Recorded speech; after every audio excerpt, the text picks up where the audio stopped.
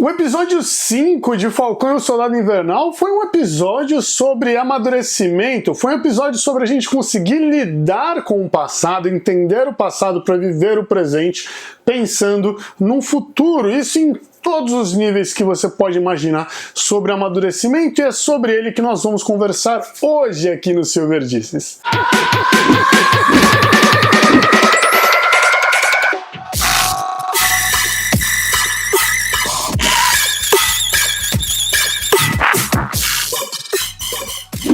Salve galera, Diego Silva para mais um Silverdices, o nosso programa, o nosso canal no YouTube para discutir tudo que acontece na cultura pop. E se você está chegando aqui pela primeira vez, é sempre bom lembrar: tem água, suco e cerveja na geladeira, corre lá na cozinha, se serve, volta aqui, já se inscreve, deixa o like, se não gostou do vídeo, tira o like no final e bora para essa nossa resenha, que hoje eu tô aqui pagando promessa, né? Pagando uma aposta, já que o Lakers perdeu na quinta-feira para o Boston Celtics, e como eu não tinha como usar essa camisa numa live do Área Restritiva, que é um outro projeto que eu tenho, estou aqui usando no Silverdices. Maravilha? Bora para essa nossa resenha, vai! Se o WandaVision serviu para nos mostrar ali maneiras de viver o luto, de passar pelo luto, Falcão e Soldado Invernal ela é uma série que nos mostra como lidar com o amadurecimento,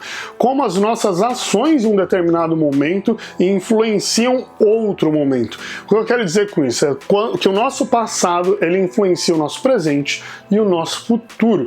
Sem falar de todas as simbologias e significados que essa série traz. Essa série, basicamente, ela quer nos mostrar ali como lidar com os problemas no nosso passado e mostrar que eles refletem, de certa maneira, em tudo que vai acontecer no nosso futuro. Sem falar que, ainda mais falando do episódio 5, ele trouxe muito forte, de uma maneira muito pesada, ali a frase de que eu fiz o que eu devia fazer. Bom, vamos lá, né? Para ficar mais fácil de a gente discutir tudo o que aconteceu nesse episódio, vamos para as divisões que eu costumo fazer nas nossas resenhas aqui. Então vamos dividir esse episódio em dois núcleos, beleza? O núcleo do John Walker e o núcleo do Sam e Bucky. E eu vou colocar o núcleo do Sam e Bucky, por mais que eles tenham ali algumas sequências separadas, lidando com seus problemas de forma individual, eles não funcionam separados, porque tudo que eles lidam individualmente reflete no que eles vão concluir como dupla, como conjunto dentro do mesmo núcleo. Começando então pelo John Walker, o agente americano, ou o Capitão América, vai. Até então, o Capitão América. E o núcleo dele talvez seja, nesse episódio, o núcleo mais curioso, interessante e profundo. Por que eu coloco que ele talvez seja o mais interessante e profundo, né? E esse profundo, ainda mais dentro do que aconteceu nesse episódio, é muito interessante. Porque, de certa maneira, o John Walker ele é um produto dos problemas dos Estados Unidos. Por mais que a gente esteja falando de um personagem, é uma narrativa que a gente conhece do dia a dia, e estou falando isso no mundo real, porque os Estados Unidos geralmente, assim, em vários casos, em vários momentos da história, tem que lidar com seus problemas do passado, o que é muito interessante pensando nessa narrativa, que é, de certa maneira, uma crítica ao militarismo, uma crítica às forças armadas dos Estados Unidos desde o começo do Capitão América. John Walker, ele é um veterano de guerra que foi criado pelo exército dos Estados Unidos. Ele vive ali, né, entre medalhas, listras e estrelas, e foi um ser humano que, de certa maneira, ele foi propriedade do governo dos Estados Unidos, como ele deixa isso muito claro nas falas dele. Ele fazia o que o governo mandava, e em determinado momento o governo mandou: você é o Capitão América, você é esse símbolo.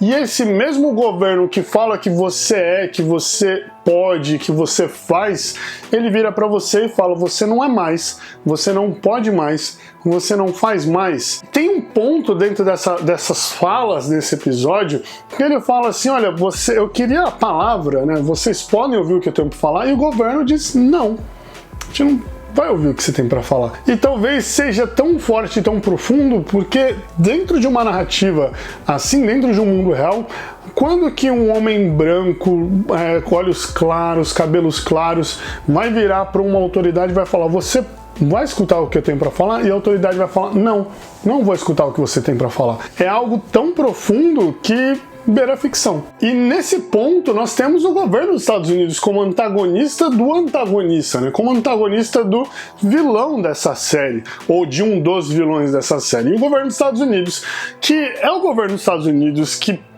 admite ali sentir poder, sentir que pode, sentir que manda em uma propriedade que já havia deixado de ser propriedade dos Estados Unidos. Eu estou falando aqui do Capitão América. O Capitão América deixou de ser propriedade da América quando Steve Rogers se colocou contra o governo. Mas ainda assim, o governo dos Estados Unidos se sente no direito, no poder de demandar sobre essa propriedade que nesse episódio, assim como eu já tinha falado antes aqui, não era propriedade do governo dos Estados Unidos, o que fica muito interessante e reflete mais uma vez o que é o governo dos Estados Unidos. Ou a gente não conhece aí N narrativas de vamos aqui mostrar a nossa cultura e a nossa cultura melhor do que a sua cultura, e aí dessa maneira o governo dos Estados Unidos ele exerce um poder elitista sobre uma cultura diferente.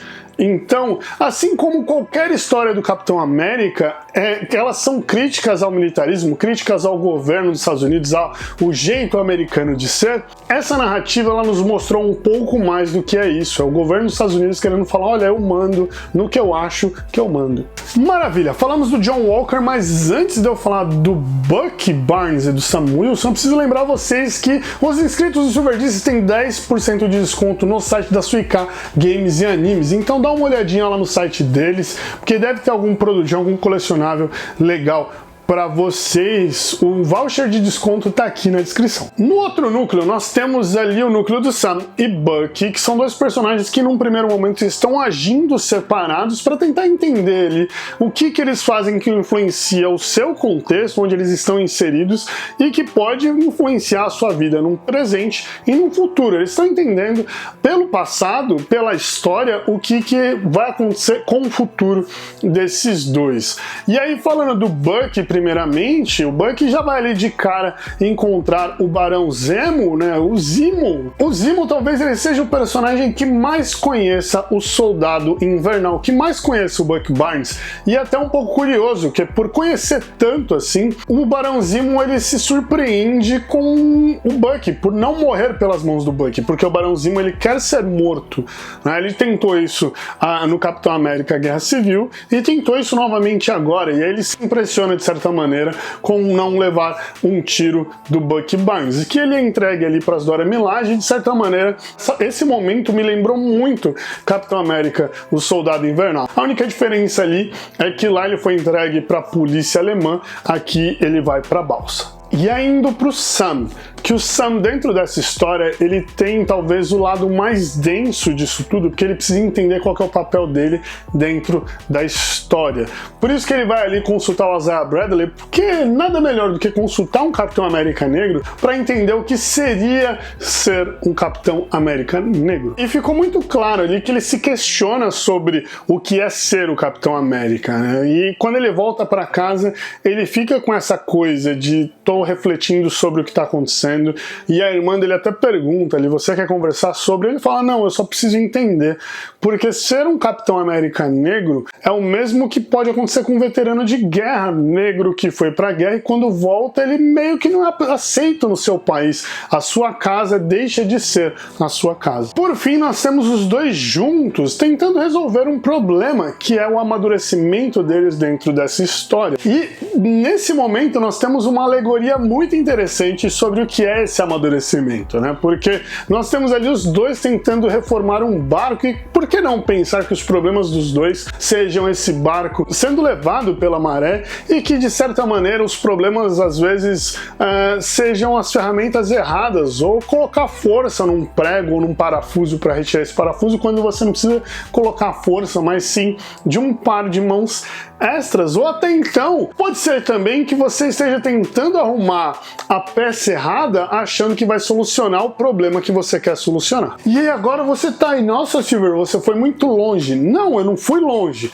Pega ali, por exemplo, a cena do Bucky Barnes lixando uma madeira ali, né? Que ele tá com a lixadeira elétrica. Olha a feição dele, olha o semblante.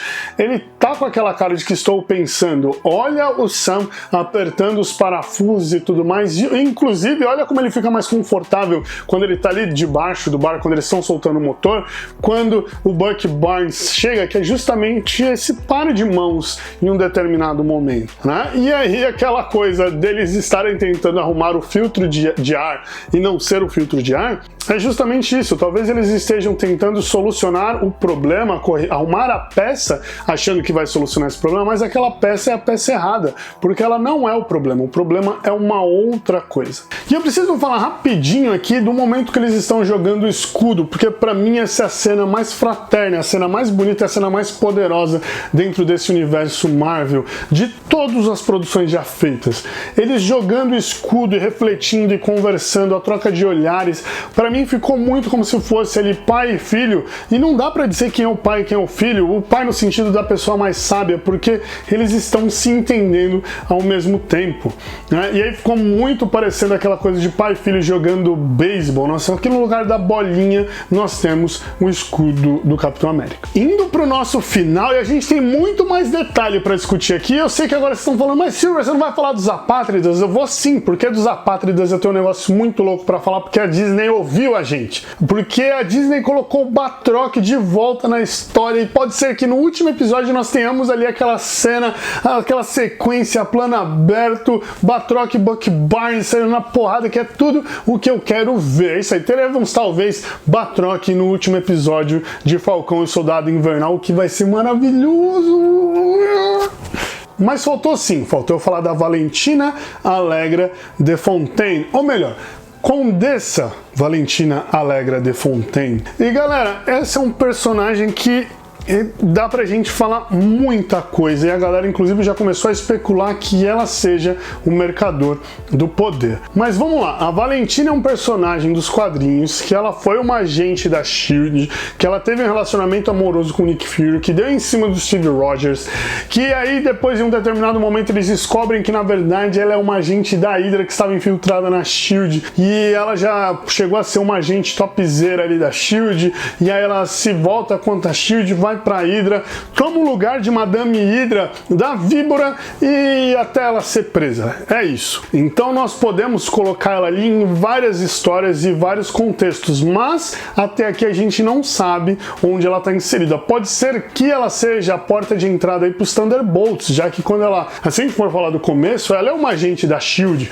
e ela faz de tudo para chegar nos maiores rankings ali dentro da SHIELD. Então pode ser que ela esteja de certa maneira montando o Thunderbolts, pode ser que ela seja adaptada dessa maneira. E aí a gente pode ligar mais uma vez ela à Víbora, que aí a gente chega em Madripoor, que aí chega em X-Men, e aí vira uma bola de neve. Por enquanto não dá pra gente pensar muito adiante, a não ser ficar nesse plano de especulação, e eu vou fazer um vídeo para semana que vem que eu vou falar um pouquinho mais dela, porque é um detalhe muito curioso, então eu vou deixar para falar no outro vídeo. E também tem a Sharon Carter, que aí agora vocês ainda estão falando, tá, mas a Sharon, o que a Sharon é e tudo mais, eu também vou deixar para falar no outro vídeo, já que é ela que vende ali as armas pro Batroc, né? Então vamos esperar um pouquinho.